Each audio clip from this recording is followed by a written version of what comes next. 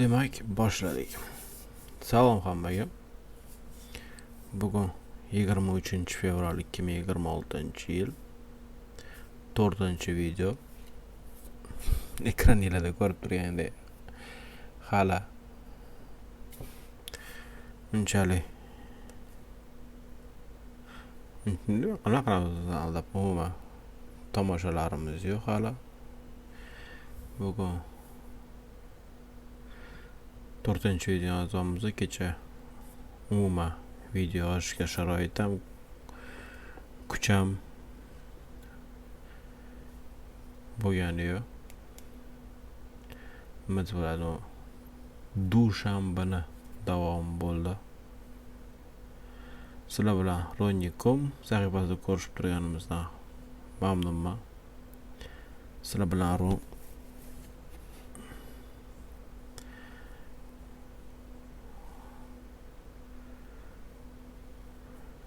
aytgancha bugungi videomizni boshlashimizdan oldin aytib ketmoqchi edim. YouTube'dan SMS kelmayotgan sababini YouTube o'zidan topdim. Ayrim bir ikkita videolar joylashgan ekan. Shu ayrim kompaniyalarning o'ziga video kelmas ekan. Videoda SMS kelmas ekan. Manda Yusav.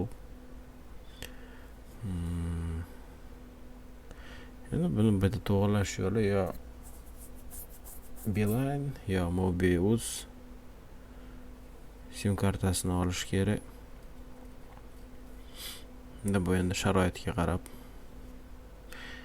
yaqin oilada emas, taxminan yaxshi ketsa 2-3 oyda bo'lib qoladi, chunki Beeline'da ham Mobius'da ham matsa bo'ladi. Tarifli qimmat o'sha ma'noda. Любой nomer olib ishlatib turamiz. Narxi tekin demoqchiman. Tak tarifi keyin nomerni saqlab qolib, chunki kanal ulangandan keyin o'rin nomiga o'tib ketsa yaxshi emas. Xavfsizlik jihatidan.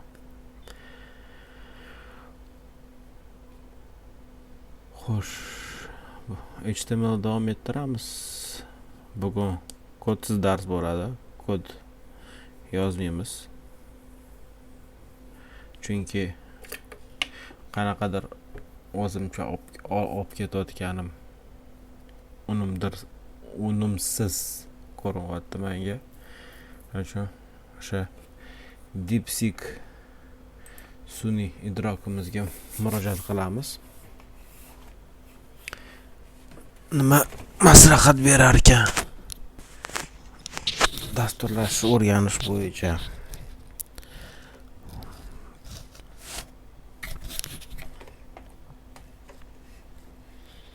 Xo'sh.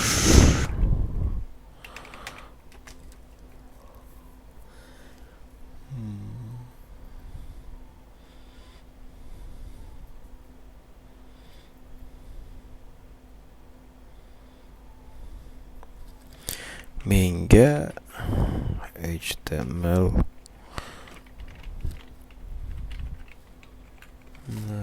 o'rganish bo'yicha bir oylik reja qilib ber. Agar hozir tayin bu narsa maslahat beradigan bo'lsa,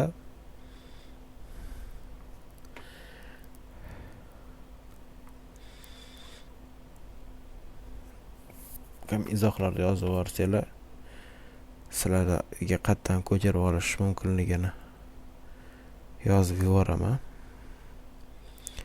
Hozircha Telegram, Instagram sahifalarini keragi bo'lmagancha hali ularni ochganim yo'q. Endi ochgandan keyin baribir bu yoqqa bir narsa joylash kerak. Quruq kanal, quruq Instagram sahifasini nima qilamiz? Xo'sh, nima bo'ladi? Bu yana oxirida portfolio beryapti. Xo'sh.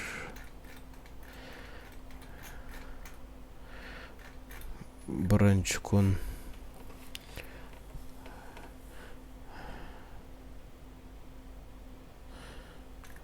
ikkinchi kun struktura o'sha doctype, html, head, body ni o'tganimiz. Uchinchi kun navbatda h1 p br hr. Xo'sh.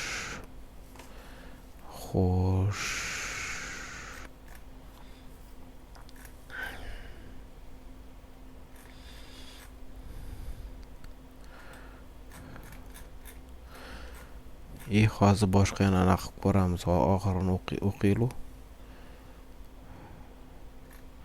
Yakuniy loyiha talablari portfolio saytingizga quyidagini bo'lishi kerak: logo, navigatsiya, qisqacha tanishtiruv, o'zingiz haqida matn, skills.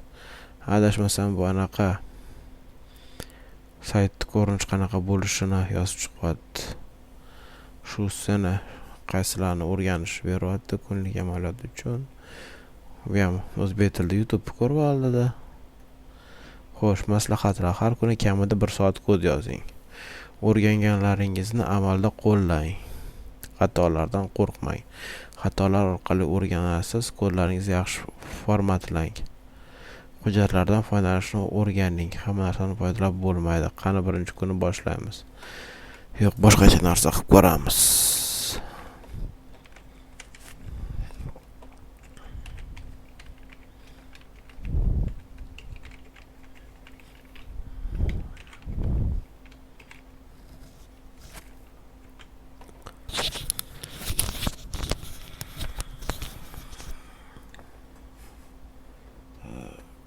Tur oylik gabricha qilib ber. Xo'sh, yo'q qilmayman desa.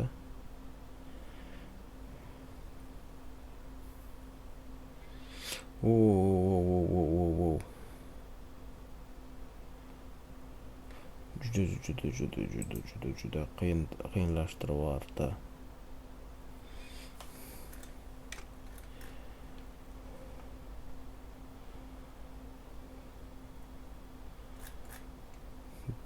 Bu ustoz kerak edi. Buni o'rganish uchun baribir ustozsiz har bir narsani o'rganayotganda tirik ustoz kerak. Buni ishdan sun'iy idrok bilan yoki YouTube ustoz qilib o'rganish qiyin masala. Soddada beraylik, nima qilar ekan.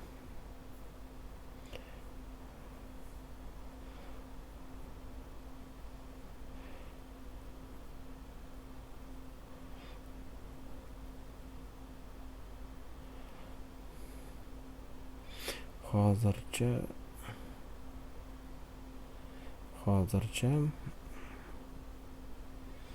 bo'ladi. Me'yorda.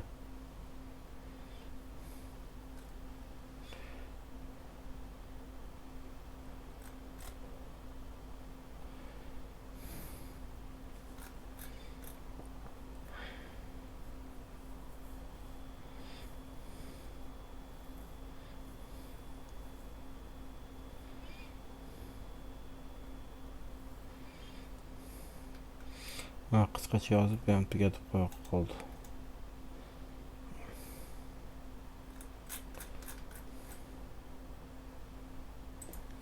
Boshqa narsa yozamiz. Yo'q. Menga birinchi rejadagi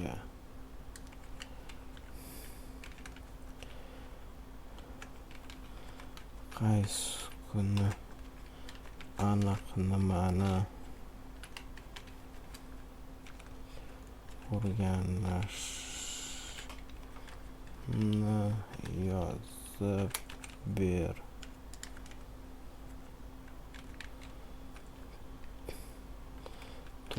oylik reja miqdoriga borganda boradi.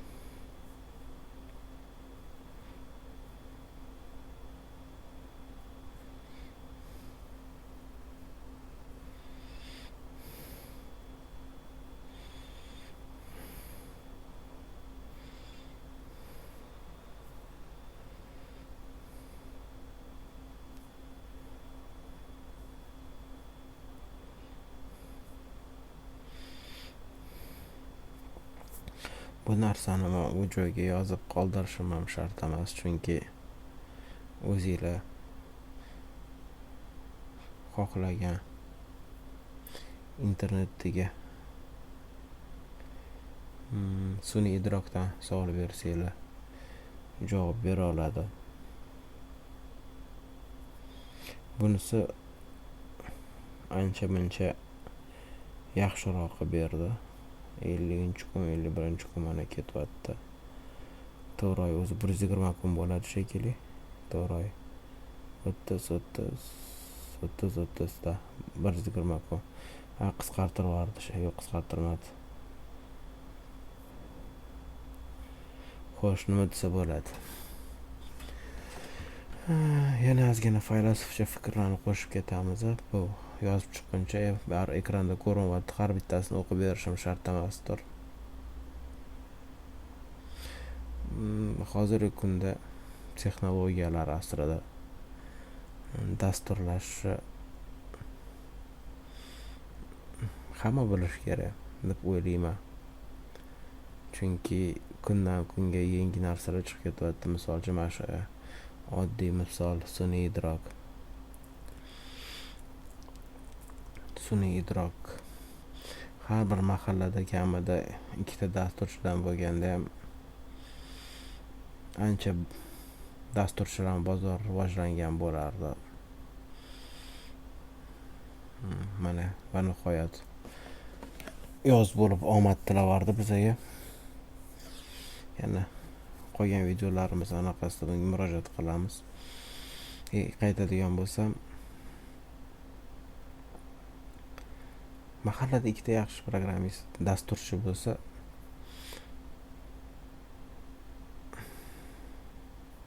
aytganimdek dasturchilar bozor rivojlanadi.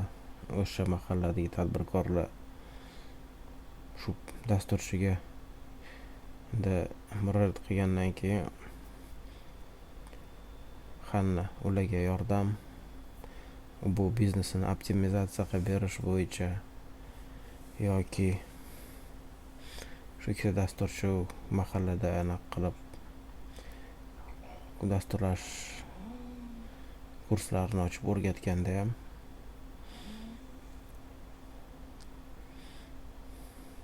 rivojlanish bo'ladi degan ma'noda.